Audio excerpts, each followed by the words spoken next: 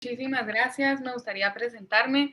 Mi nombre es Hanna Sabaj, soy de la comunidad judía de Guatemala y le quiero agradecer a la Rabanita Dina por invitarme hoy a ser parte de este evento y moderar y poder aprender muchísimo de todas ustedes. Quisiera invitar ahora y darle la palabra a la mora Denise Blumenfeld de la comunidad judía de Panamá. Hola, gracias a todas, gracias a las organizadoras, por supuesto, por hacerme parte de este hermoso proyecto. Quiero dedicar mis palabras y todas las mitzvot, Dios mediante, que haga el día de hoy, y les invito a ustedes también a hacerlo en la bendita memoria Leilui Nishmat Shimon Ben Efraín Zalman, es el hermano de mi querida Rebetzin, mora y amiga Fradel Lane, así que vamos a dedicar unas palabras para el ascenso de su alma. Y aprovechando que esta es la segunda de los espacios de conversación, quiero aprovechar para situar un poquito históricamente dónde estamos en el periodo histórico, qué está pasando, por qué este Tisha B'Av es tan especial, por qué todos los Tisha B'Av son tan especial.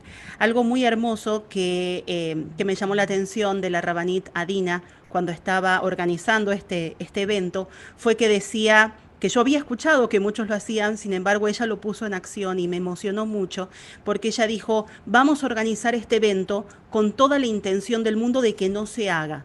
Dijo que realmente nosotros esperamos activamente que llegue el Mashiach y que el Beit HaMikdash en algún momento, Dios mediante, se reconstruya en todo su esplendor. Sin embargo, hacemos planes por si eso no llega a ocurrir este año. Y eso fue lamentablemente lo que sucedió. Lamentablemente todavía ese tiempo no está, no es el momento preparado. Pero tenemos que hacer todo lo posible para que eso suceda prontamente y vivirlo de esa manera.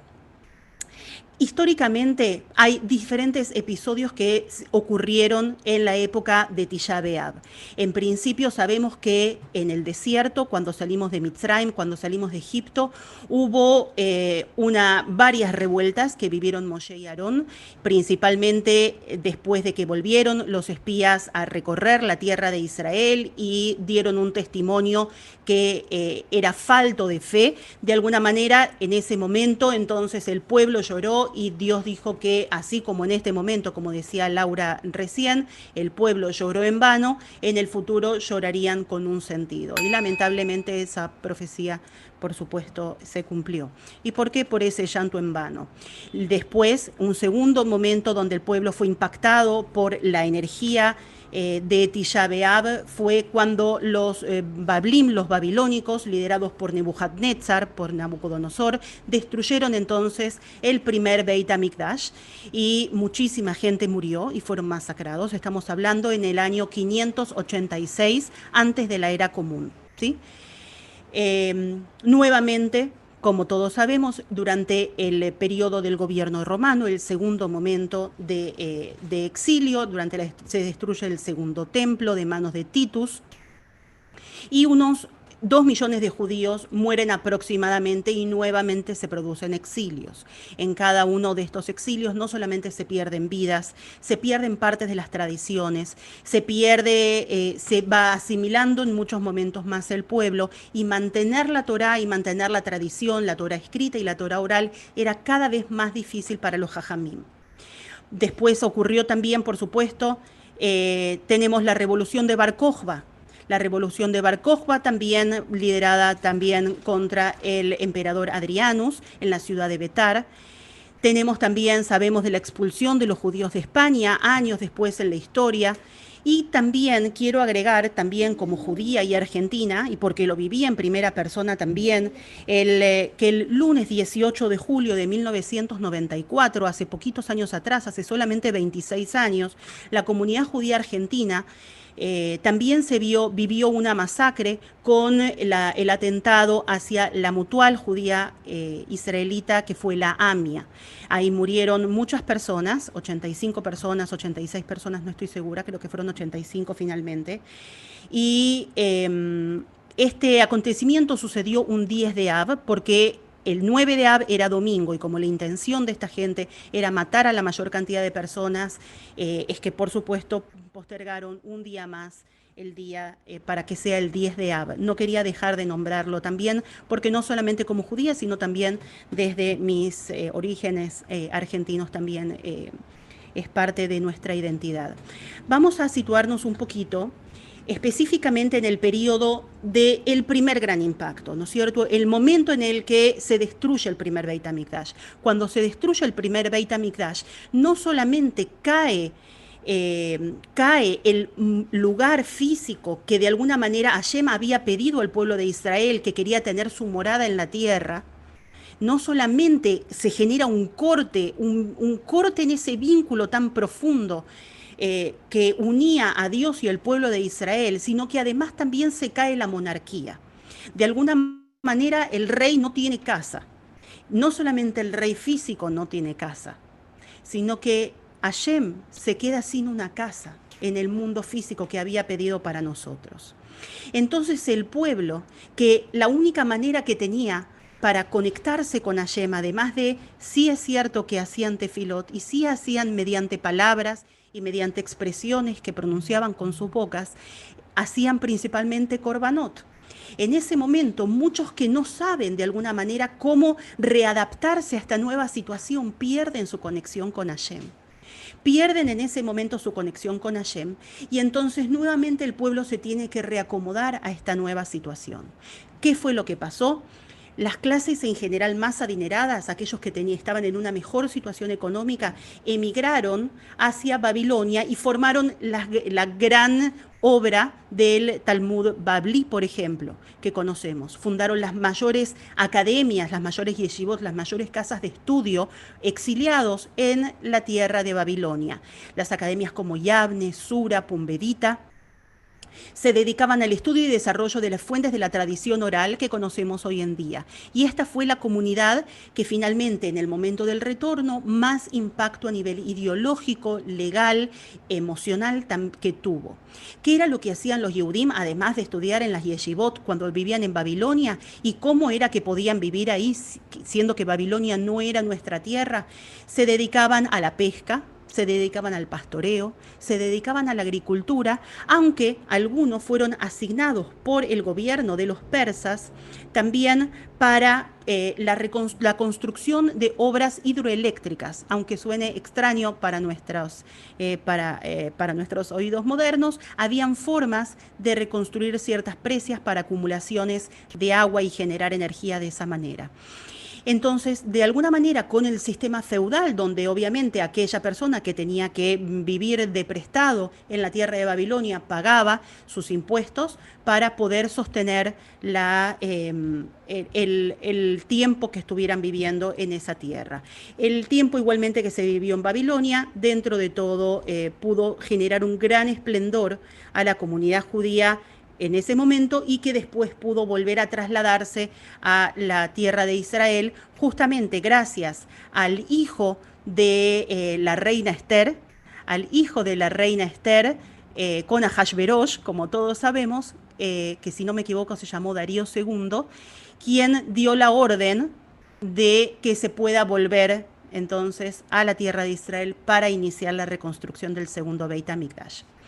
El segundo grupo, más minoritario, de esta fractura que se produce después de la destrucción del Beit HaMikdash, desciende a Egipto. Sabemos que Egipto es un lugar donde los Yehudim no podemos volver. Sin embargo, ante también la desesperación, un grupo de judíos vuelve a Egipto y pese a que el profeta Irmiau decía constantemente dentro de sus profecías que no es un lugar para volver, sin embargo, hay quienes volvieron.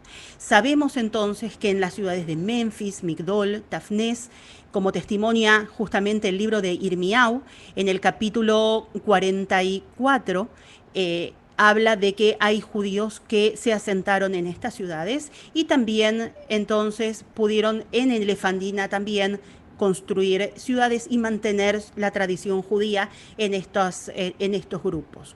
El tercer y último grupo, que era el más mayoritario de todos, eran los campesinos que permanecieron en Israel, pero muy, muy influidos por toda la Avodah Zará y toda la idolatría que estaba a su alrededor. La mayoría entonces estaba rodeado de cultos paganos Knaanim, que en muchos casos pudo haber impactado dentro del pueblo de Israel, pero fue gracias a que pocos años después volvió toda la fuerza de la gente que venía de Babilonia con un judaísmo muy, muy fuerte, y sabemos que el Talmud Bablí fue mucho más reconocido y con mucho más envergadura que el Talmud Yerushalmi. Pudieron volver a la tierra de Israel y de alguna manera limpiar un poco todas esas influencias paganas que habían en aquel entonces. Eh, no quiero extenderme demasiado, simplemente decir que todos estos aspectos que se ven reflejados en el libro de Eijá, que fue el libro que leímos ayer, donde lamentábamos la destrucción de Jerusalén, con palabras tan tristes, tan desgarradoras, donde en el libro de Eijá, de las lamentaciones, se habla de Jerusalén que quedó desolada, que sus piedras quedaron vacías, que la ciudad quedó vuelta a nada, que todo el esplendor de la ciudad de oro quedó destruido, destronado, quedó como una viuda, como una huérfana sin familia.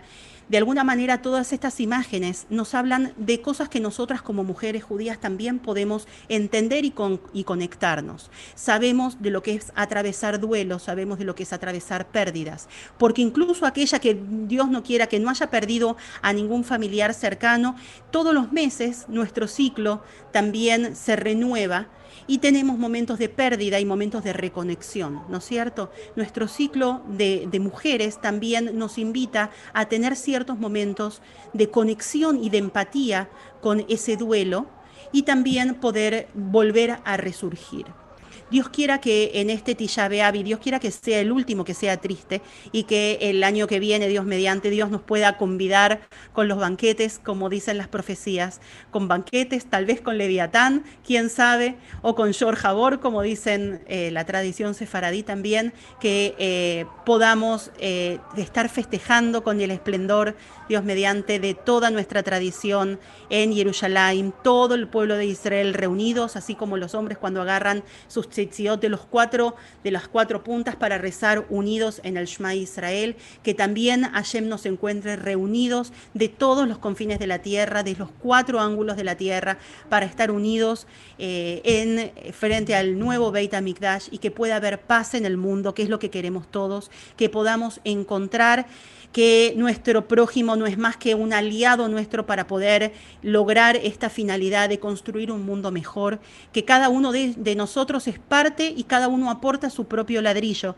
en esta reconstrucción del Beit HaMikdash. Me puse como imagen de fondo el cótel justamente, y siguiendo esta idea de Laura de traer la llave, que me gustó mucho, yo también quiero invitarlas a que cada una piense cuál va a ser el ladrillo que va a poner en este nuevo Beit HaMikdash que se va a construir, Dios mediante, pronto.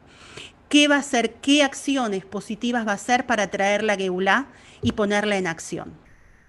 Sin más que decir, les agradezco muchísimo la oportunidad a todos, que tengamos un ayuno leve, y nuevamente que todas las mitzvot que hagamos sean para Lilui Nishmat Shimon ben Efraín Zalman, Zichrono Libraja. Muchas gracias por esas lindas palabras, Mora Denise. Ahora